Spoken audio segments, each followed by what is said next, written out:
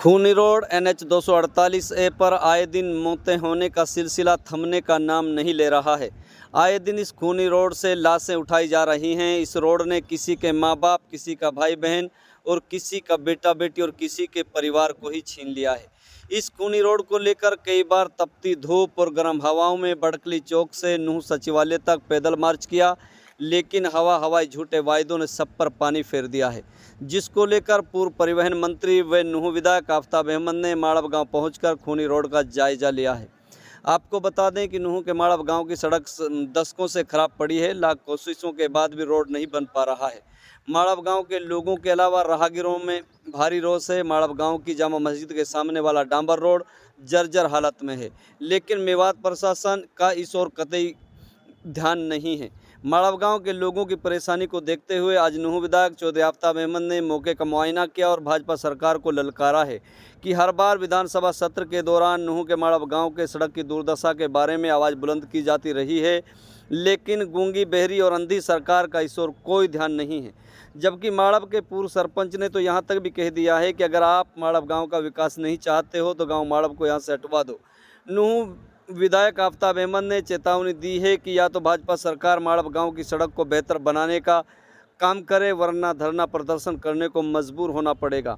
आफताब अहमद ने भाजपा सरकार पर तंज कसते हुए कहा कि मनोहर लाल खट्टर मेवात में 11 बार आ चुके हैं, लेकिन प्रशासन तब भी माड़व गांव में बनी सड़क को बेहतर नहीं कर पा रहा है।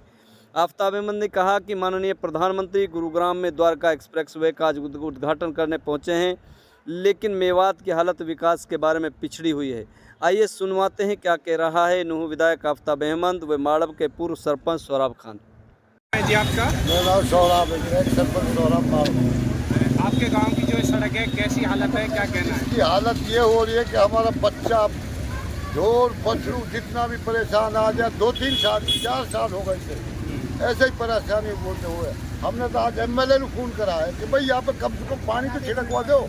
नहीं, आज प्रधानमंत्री की अगर रैली नहीं होती तो हम पूरा गांव इसी यहाँ पे आज धरना देता। और हमारी पूरा एक हम इतना परेशान है, या सुधी गाँव उठा दिया जाए तू भाई, इनकी बस की बात नहीं है। या नेशनल बना हुआ है ना बना हुआ, ये तो इनकी अलग बात है। कम से कम यहाँ ऐसे तो बना दे। हम तो यहाँ पे निकल रहे बढ़ रहे, जो ये गर्द गुब्बारी गाँव बस रहे, बच्चा परेशान, सब कुछ परेशान है जिस पर हमारे रोड पे।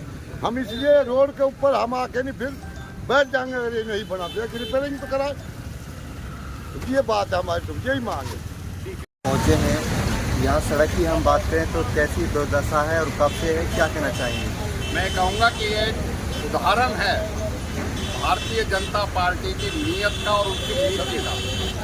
एक तरफ प्रधानमंत्री द्वारका एक्सप्रेसवे का इसी गुड़गांव लोकसभा में आज उनका उद्घाटन कराया जा रहा है, और इस तरफ हमारी जीवन रेखा माने जाने वाली नूह से अलवर तक की 4 लेनिंग जो स्वीकृत कर दी गई थी कांग्रेस ने 248A के नाम से, नूह शहर से अलवर बॉर्डर तक की 4 लेनिंग, उसको इस सरकार ने पहले तो 2018 में उसको निरस्त कर दिया कि हमें ज़रूरत नहीं है, क्योंकि दिल्ली मुंबई एक्सप्रेस वे बना जा रहा है, इसलिए।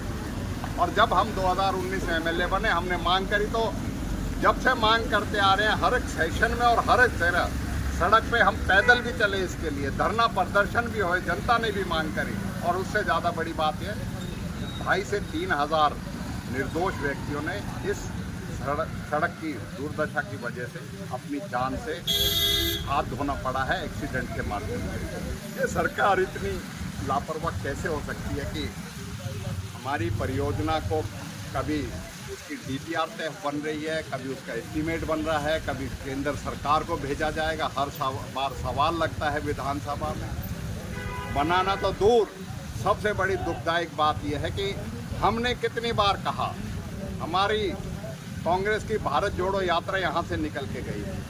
हमारे नेता राहुल गांधी जी और सारे प्रदेश के और हरियाणा के और तमाम देश के नेता इस सड़क से गुजरे थे जब भी ये हालत थी। मालव गांव में सड़क थी तो फिरोजपुर झिरका से यहाँ तक, लेकिन इससे बुरी हालत है। तो जब विधानसभा में इस बात को उठा दिया कि हमें शर्म आती है इस बात को कहते कहते, रिपेयर तो करा दीजिए।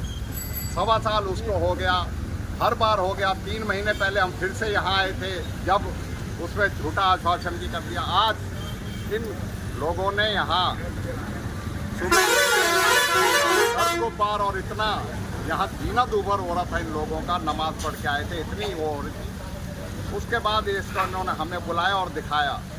मैं कह सकता हूँ कि नहीं बनानी आपकी बस की नहीं है। दो बात आप जो है दो जो बातें आप करते हो, विकास कहीं का कराना है, कहीं को विकास के बजाय विनाश जो है कहीं की तरफ धकेलना है। इसकी रिपेयर तो कराओ।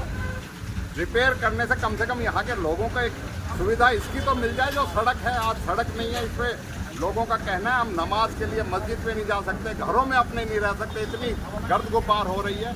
आज हमने जब सुबह अधिकारियों से उनसे बात करी है तो यहाँ पानी घेर के उसकी लीपा पोती करी जाती है। हम आपके माध्यम से संदेश देना चाहते हैं, खट्टर जी आप 3 दिन पहले यहाँ से निकल के गए, आप उससे पहले भी 4 बार इसी टूटी सड़कों से निकल के जाते हो। आप इस बात मुख्यमंत्री हैं, प्रदेश के सारे समान विकास की बात करते हैं, यहाँ की सड़क के ऊपर आपके कोई आप क्यों इस तरह के असर कर सकते हैं? और आपके माध्यम से कहना चाहते हैं इसमें तुरंत काम शुरू हो, नहीं तो हम इन गांव वालों की जो हालत है उन्होंने याद कह रहे थे मशवरा करके हम इसके लिए कोई धरना प्रदर्शन करेंगे, उसमें मैं स्वयं भी इनके साथ साथ शामिल होऊंगा अगर सरकार अपने रवैये से बाज नहीं आएगी।